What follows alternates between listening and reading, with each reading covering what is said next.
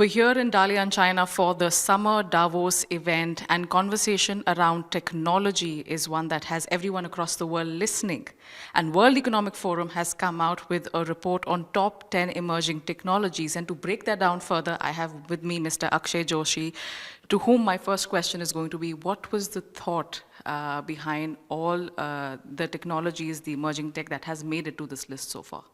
No, so thank you for having me for starters. And this is a report that we publish every year. So this is the 14th edition of this report. The idea is to identify technologies that are not very nascent in a lab environment, but where the signals are pronounced such that, with the right stakeholder action, they can really make it to reality and can be very widespread in nature. So that was the thought with which we've always identified the technologies in this particular report.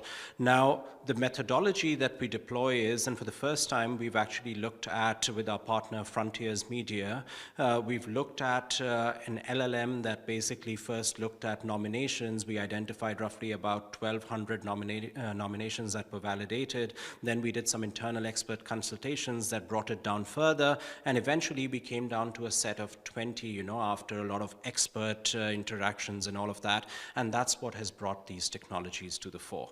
Now, the most important thing over here is that these technologies are at an inflection point, meaning with the right stakeholder attention and action, they can really be transformative.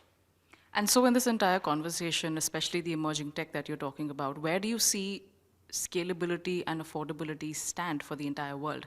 Because the conversation currently around artificial intelligence, for example, has been about bridging the gap between two separate things. We're looking at resources being used for AI, data centers and infrastructure which will be set up. And we're also looking at who AI really benefits first.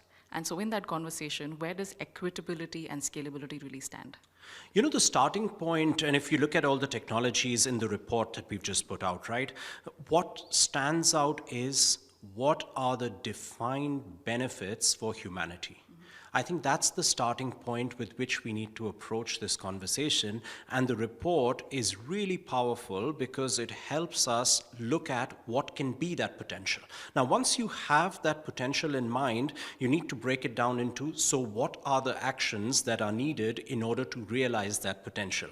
And I think it would be wrong to say that just identification of these technologies leads to realizing their potential. There is a set of actions that are needed, i.e. what are the investments that we need, what is the right kind of policy, who are the stakeholders that need to be on board, right? But why I find it really important, this conversation as of today, is this report plays a pivotal role in terms of building awareness in people about what are some of these technologies, and if we are deploying them responsibly with the right interests in mind, they can really benefit humanity. So that's the premise of it. Now, when we go down the road of deployment and even implementation, of course, we will identify that there are challenges, and the role of folks like us is to then figure out how do we address some of these challenges. To give you an example, how do we deal with technologies at the World Economic Forum, right?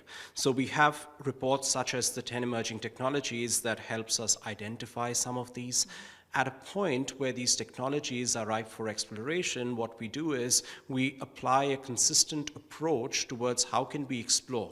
On the one hand, we look at where can we find the applications. On the other end, we are looking at what are the consequent risks, and then we define collectively what are some of the governance mechanisms that can help us, deploy these technologies in an equitable and sustainable manner. What makes it particularly powerful is that when we work in these communities have representation from all sections of society and geographies. So it's public and private by nature, but equally it's global. What it means is that it's not just limited to participation from the more mature developed economies, but it also has representation from, the right organizations and individuals in different parts of the world.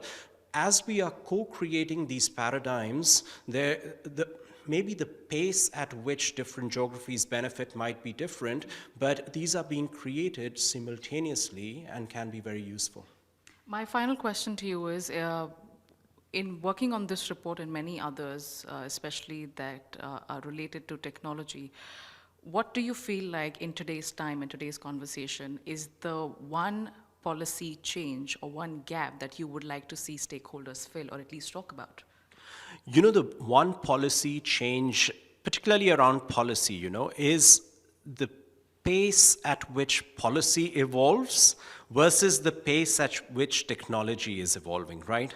So I think there is no substitute for multi-stakeholder action in terms of making sure that, it'll be hard to keep pace with the rapid advances in technology, but at the same time, if we are working in concert, if we are taking into account, some of the issues as they arise and working collectively to address them, we're in a much better position. But the role of policy overall cannot be understated because it provides a good baseline of what things we should be doing in order to translate the benefits to society.